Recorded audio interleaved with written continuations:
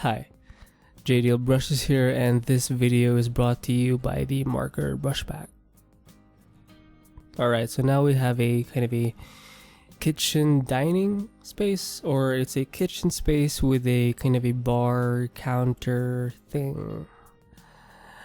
I'm not sure what the formal term is for that, but yes. So now, as you can see, I'm starting out with the rough sketch. And usually when I do the rough sketch, I start out with the kind of the background, usually the walls behind the whatever is on center, and then I just work my way forward to finish out the rough sketch. And again, it doesn't have to be exact, your sketch. You're just here to make sure you know how to use a reference. You know, you don't want to get kind of attached to the reference, and you want to be in control, alright? And you want to be able to make your own adjustments and your own decisions. And yeah, again, this would depend on your actual goal. And now for me, for this kind of thing, I don't really have a design in mind because I'm just basing it off a reference. For you, if you have some kind of project, you might need to use a few more references to kind of get the design mood you want. And you may have to do a lot of iterations of your concept. So for now, we're just or for most of these kinds of sketches, I'm just kind of showing you how I would, approach a thing, assuming that I am doing my own design. But again, it's not my design. I'm just kind of basing it off someone else's work, and I'm just trying to focus on the illustrative aspects, right? I did have trouble working on the chairs, and I had to work on them on a new layer. Yeah, again, I didn't focus on being so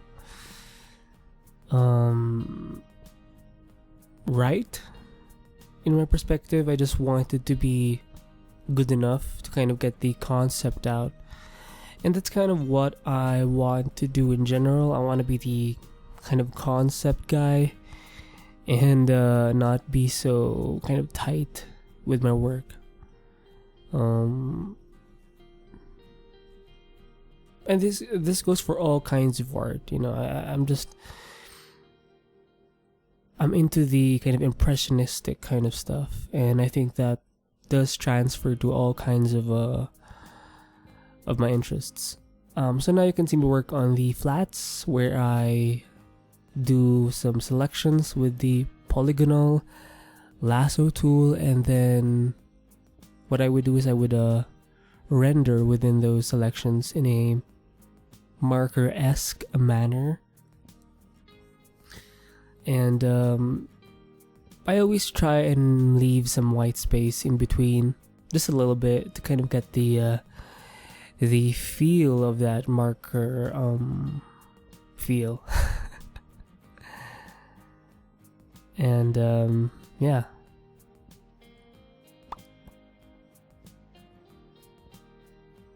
Again,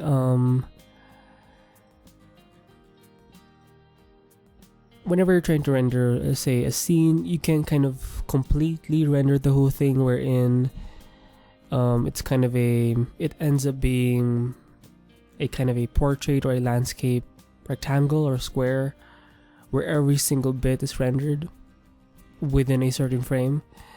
Or you can kind of chip out the edges, and I think you can see me try and do it here, where it's kind of not complete, and there is some kind of I'm using more white space, and it does look more graphical in nature, and I think it does look cool to do this kind of approach,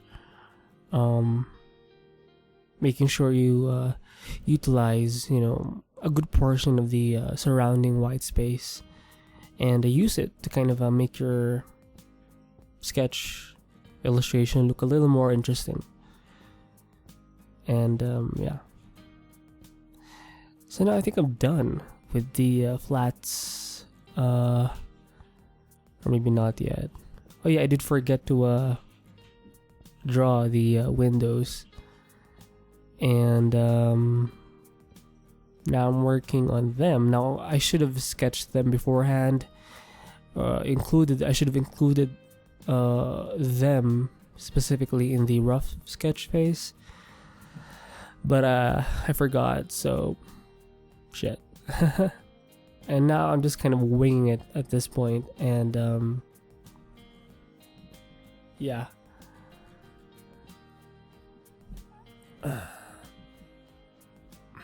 So what else am I doing right now? Again, continuing with the windows, and you can see in the kind of the whole sketch, I have simplified a lot of things. And when you're doing kinds of when you're doing conceptual stuff, kind of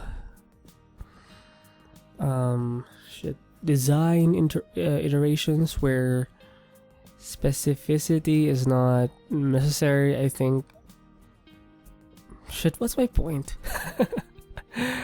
I had a point, but it's gone now.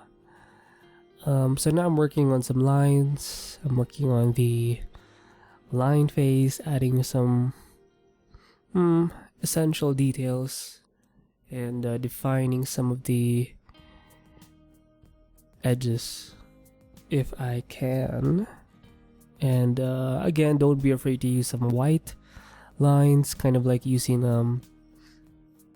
white ink when you're rendering traditionally, or using white paint, white gouache paint to kind of finish out your highlights traditionally. So yeah, don't be afraid to use whites. And you can see me work on the legs of the chairs now, and I just simplified it.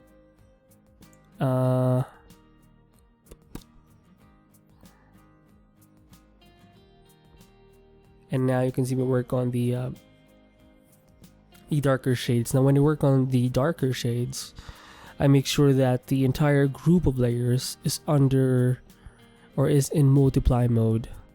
And what I would do is I would pick, say, if you see that ceiling, what I would do is I would color pick that original color of the ceiling, and then I would use that color to paint the dark strokes that I want, as you can see me do now. And then that would make the darker shades since it's in multiply mode. So it kind of creates an extra darkness when it's in multiply mode. So that's what I use for the darker shades. And now I am working on some of the lighter shades this time. And my go-to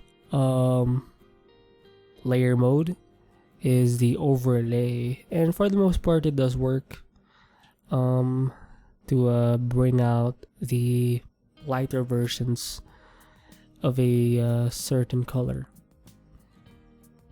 And I would do the same thing. I would pick out the original color, and then I would paint in the new thing with the overlay mode in place. And now you can see me work on some of the adjustment layers. I often go for the color balance and the levels adjustment layer. And what I would do is I would try to increase the saturation if I could, and make sure that the shadows have some blues and purples in them, or violets, and then the midtones and highlights to have some kind of a warm kind of temperature. That's kind of what I'm going for when working on the color balance. And now you can see me work with the burn tool and the color dodge tool on a flattened version of the entire sketch to kind of finish the illustration. So that is the kitchen sketch for you. And yep, whichever your art, whatever your tool, make it beautiful.